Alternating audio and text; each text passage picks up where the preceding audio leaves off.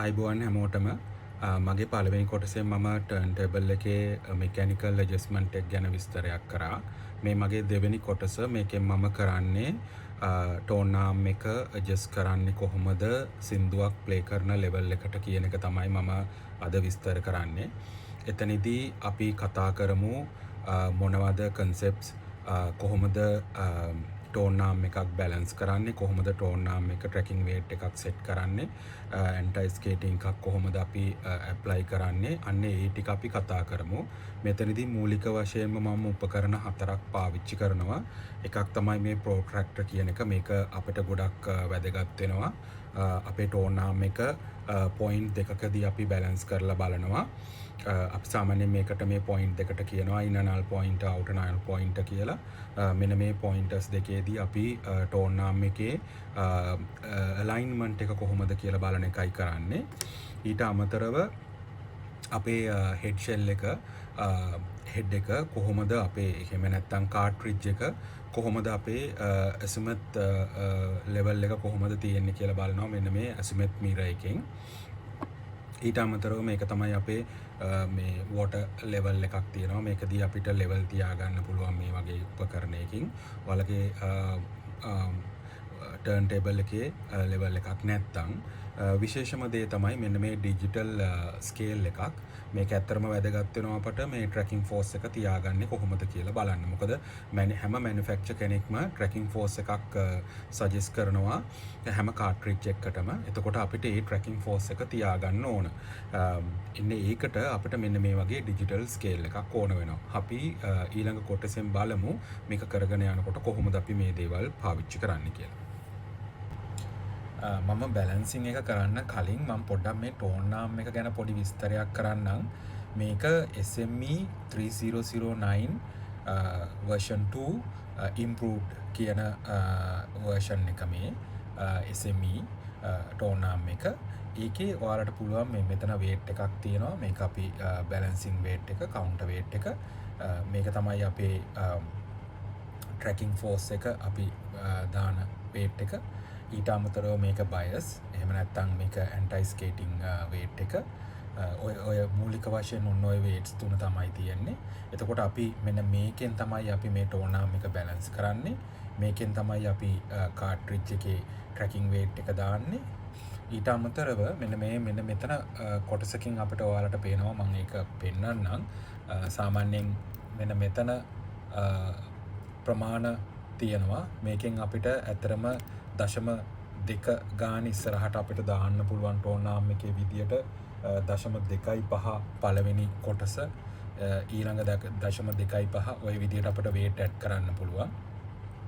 එතකොට හිතන්න සාමාන්‍යයෙන් අපිට 0.5ක් ඕන නම් අපිට මෙන්න මේ වගේ ලෙවල් එකකට ගෙනපුවාම ග්‍රෑම් 0.5ක් සෙට් වෙනවා. ওই විදියට තමයි අපි මේ ඇඩ් කරන්නේ weight එක.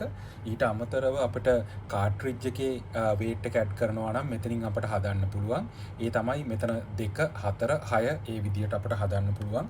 මෙතන අපිට මේ හෙක්ස් එකක් තියෙනවා. ඒකෙන් අපිට වෙනස් කරලා මම ඔයාලට වෙනස් කරලා පෙන්නන්නම් පොඩ්ඩක්. මේ විදියට අපිට හදන්න පුළුවන්. දැන් හිතන්න මම පාවිච්චි කරන්නේ DL301 කියන එක. ඒකේ ස්පෙක් එකේ තියෙන්නේ 6යි. මම ඔන්න 2 4 6 කියන ලෙවල් එකට මම ගෙනල්ලා සෙට් කරනවා. ඔක තමයි මගේ කාට්රිජ් වේට් එක මම සෙට් කරන්නේ. අපි බලමු ඊළඟ කොටස් වලින් කොහොමද අපි මේක බැලන්ස් කරලා සින්දුවක් අහන ලෙවල් එකට මේක ගන්න කියලා. ටෝන් ආම් එක රිලීස් කරගන්නවා. මම බලනවා මෙයාව බැලන්ස් වෙන්න තියනවාද කියලා.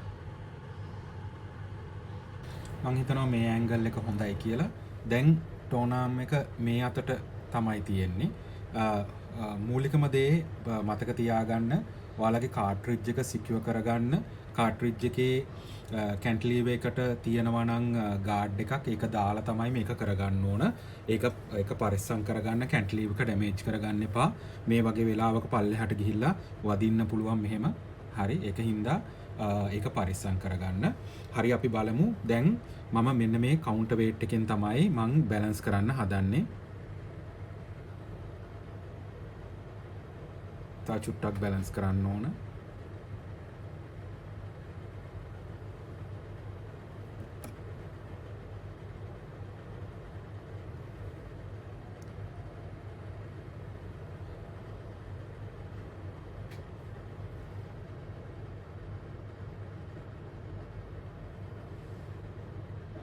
රයිට්. දැන් තමයි මෙයා නිකන් දැන් පා වෙනවා. ඇත්තටම මේක ටච් වෙලා නැහැ. ඔයාලට මම පොඩි ඇන්ගල් එකක් ආපහු පෙන්නන්නම් zoom කරලා. මේ ඔයාලට පේනවා මෙතන ටච් වෙන්න ඔන්න මෙන්න තමයි තියෙන්නේ. හැබැයි ටච් වෙන්නේ නැහැ. හරි.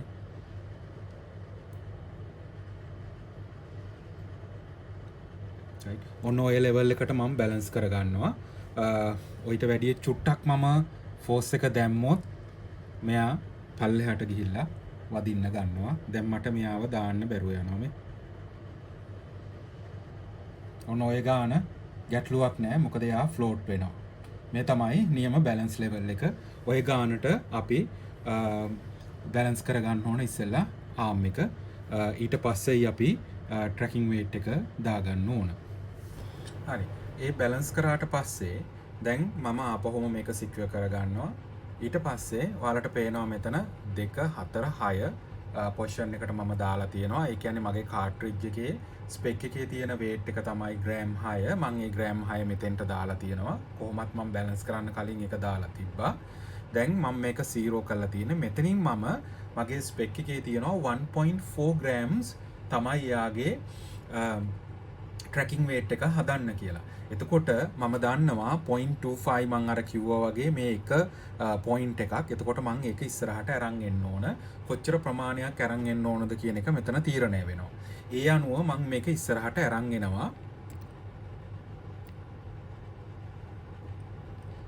ඕක තමයි මගේ සාමාන්‍ය ප්‍රමාණය 1.4 වලට එනකොට.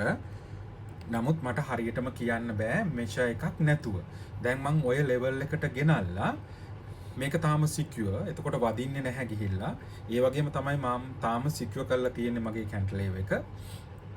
දැන් මම කරන්නේ මගේ මෙෂර් එකට යනවා. මගේ අර ඩිජිටල් මීටර් එකෙන් මම මෙෂර් කරනවා කොච්චර වැලියු එකක් මේකෙන් එනවද කියලා බලනවා. හරි. මම ස්කේල් එක ඔන් කරලා තියෙන්නේ. මම මෙන්න මේකේ ගාඩ් එක අයින් කරනවා. දැන් මම ආම් එක ලෝවර් කරනවා 1.41.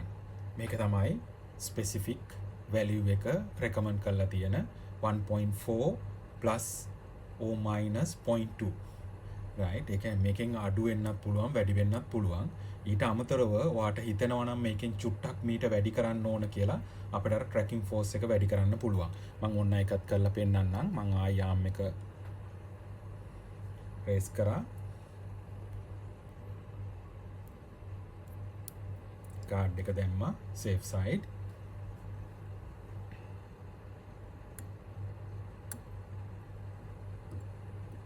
මම චුට්ටක් වැඩි කරනවා. මම වැඩි කරා. දැන් මම ආයිත්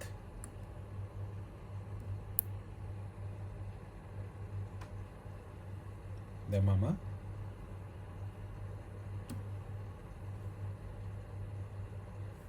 දැන් බලන්න 1.56. මට ඕනම් මේ ගාන තියන්න පුළුවන්. මම 0.1 ෆෝස් එකක් වැඩිපුර දීලා තියෙනවා. එතකොට ස්පෙસિෆික් වැලියු එකට වැඩිය 0.1 ග්‍රෑම් weight එකක් මම දෙනවා. ඔහොම ওই විදිහට තමයි මම ට්‍රැකින් ෆෝස් එක සෙට් කරන්නේ. රයිට්. මම හිතනවා පැහැදිලි ඇති ඔය කරන විදිය. දැන් අපි බලමු බයස් සෙට් කරන විදියත්. ඊට පස්සේ ප්ලේ මෝඩ් එකට යමු. දැන් ඔයාලට පේනවා මේ ඇඩ්ජස්ට්මන්ට් කරාට පස්සේ කොයි විදිහටද තියෙන්නේ කියලා මේ කාට්‍රිජ් එකේ weight එක ට්‍රැකින් ෆෝස් එකක් දැන් තියෙන විදිය. දැන් අපි කරන්නේ මෙන්න මේ ඇන්ටයි ස්කේටිං එහෙම නැත්නම් බයස් ඇඩ්ජස්ට්මන්ට් එක අපි දානවා මෙන්න මේ ෆස්ට් පොයින්ට් එකට. මේ විදියට. right. අපිට ෆස්ට් පොයින්ට් එක කියලා කියන්නේ අතරම මැනුවල් එකේ තියෙන විදියට අපිට ඇඩ්ජස්ට් කරන්න පුළුවන්. සාමාන්‍යයෙන් 1.5 කියලා කියන්නේ අපි මෙන්න මේ සෙකන්ඩ් පොසිෂන් එකට වගේ දාන්න ඕන. මේ තියෙනවා අපිට ડોකියුමන්ට් එකේ තියෙන විදියට. මම දානවා සෙකන්ඩ් පොසිෂන් එකට. right. දැන් අපි බලමු ප්ලේ කරලා කොහොමද වෙන්නේ කියලා. ඊට අමතරව මට පොඩි දෙයක් කියන්න අමතකුණා. අපේ හෙඩ් ෂෙල් එක කොච්චර ලෙවල්ද කියලා බලන්නත් පුළුවන්. අපි අපේ නෝමල් පොසිෂන් එකේ තියාගෙන මෙන්න මේ ලෙවල් එක තියන්න පුළුවන් බබල් එක දැන් බලන්න ඔයාලට පේනවා හරියටම හෙඩ් ෂෙල් එක ලෙවල්. ඒ කියන්නේ කොයි පැත්තටවත් ඇන්ගල් වෙලා නැහැ. ඕකත් ඇත්තටම අපිට ඉතා වැදගත් ඇසිමෙත් කරෙක්ෂන් එකකදී. ඒ කියන්නේ හරි ඇසිමෙත් එකක් ගන්න නම් හරි ලේසි හෙඩ් ෂෙල් එක මේ විදියට තියෙනවා. හරි. දැන් අපි ඊළඟ ටූල් එක අපි පාවිච්චි කරන විදිය බලමු. මේ තමයි අපේ ප්‍රොට්‍රැක්ටර් එක. මේකෙදී මේක තමයි ඉනර් නල් පොයින්ට් එක, මේක තමයි අවුටර් නල් පොයින්ට් එක. දැන් මම මගේ කාට්රිජ් එක මේ ගාඩ් එක දාලා තමයි මම ප්ලේස් කරලා තියෙන්නේ. මම දැන් කරන්නේ මේ ගාඩ් එක අයින් කරනවා.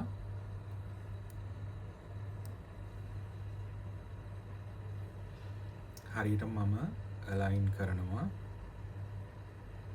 මම හිතනවා ඔයාලට ක්ලියර්යි කියලා. මම zoom කරන්නම්. දැන් මම ආම් එක ඩවුන් කරනවා.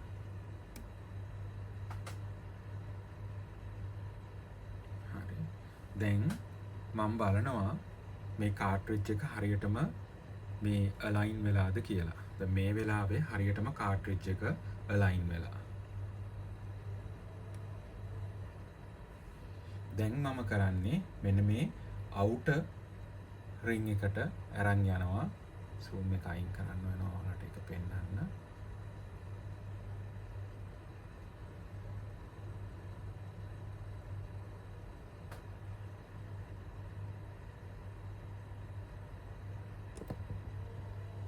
මේ තමයි අවුටර් නල් පොයින්ට් එක.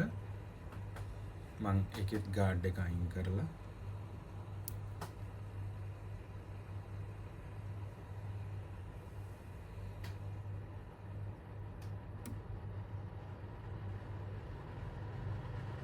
හරියටම කාට්රිජ් එක අලයින් වෙලා තියෙනවා අවුටර් නල් පොයින්ට් එකේදී. ඕක තමයි අපිට ඇත්තටම වෙන්න ඕන. දැන් බලමු අපි ඇසිමෙත් එකත්.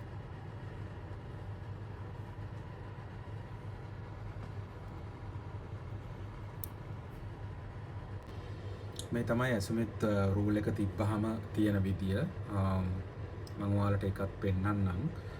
මේ තමයි කාට්රිජ් එකේ ලයින් එක, මේ තමයි කැන්ටලීව් එක ඔයාලට ඇතුලෙන් පේනවා. මේ තමයි රූල් එකේ ලයින් එක. එතකොට බලන්න මෙන්න මේ කාට්රිජ් එකේ හරියටම ලයින් එක ඕවර්ලැප් වෙනවා. ඇදක් වෙන්නේ නැහැ මොනවත්. අපි මේක ලෝවර් කරපුවා. හරියටම මේ ලයින් එකයි මේ කාට්රිජ් එකේ ලයින් එකයි ඕවර්ලැප් වෙනවා. ඊට අමතරව මේ ඔක්කොම හරියටම අලයින් වෙනවා. මේක තමයි අපේ ඇසිමෙත් එක කරෙක්ෂන් එක. ඕක තමයි අපිට වෙන්න ඕන එක. මේක ඇත්තටම වෙන්නේ නැත්නම් අපිට මේ ස්ක්‍රූස් වලින් චේන්ජ් කරන්න පුළුවන්. ඊට අමතරව මේ ෂෙල් එක වෙනස් කරන්න පුළුවන්. ඒ අනුව අපිට හදන්න පුළුවන් ඇසිමෙත් එක. මේක තමයි අපිට පර්ෆෙක්ට් එන්න ඕන ඇසිමෙත් එක. මේක මගේ ඔඩියෝ ටෙක්නිකා AT650 MC ට්‍රාන්ස්ෆෝර්ම් එකක්. මේකෙන් මම කරන්නේ අතරම ලෝ අවුට්පුට් එකක් හයි අවුට්පුට් එකක් කරවන එක. මේකෙදී MC එකෙන් එන ලෝ අවුට්පුට් එක මම ටිකක් හයි අවුට්පුට් එකක් විදියට කන්වර්ට් කරලා මගේ ෆොනෝ ස්ටේජ් එකට දෙන එක කරන්නේ. හරි, මගේ බේසික් සෙටප් එක ඉවරයි. මේ තමයි මගේ ටෙස්ටිං එක මම ඔන් කරලා තියෙනවා. මගේ MC ට්‍රාන්ස්ෆෝර්ම් එක හරහා මගේ ෆොනෝ ඉන්පුට් එකට දීලා තියෙනවා. අපි ප්ලේ එකක් දාලා බලමු.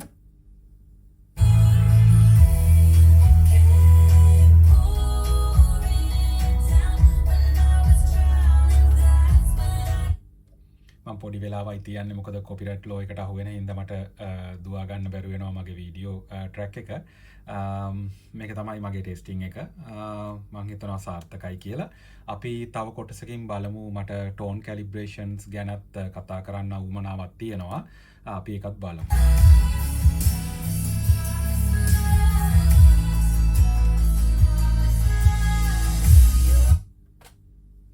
බොහොම ස්තුතියි.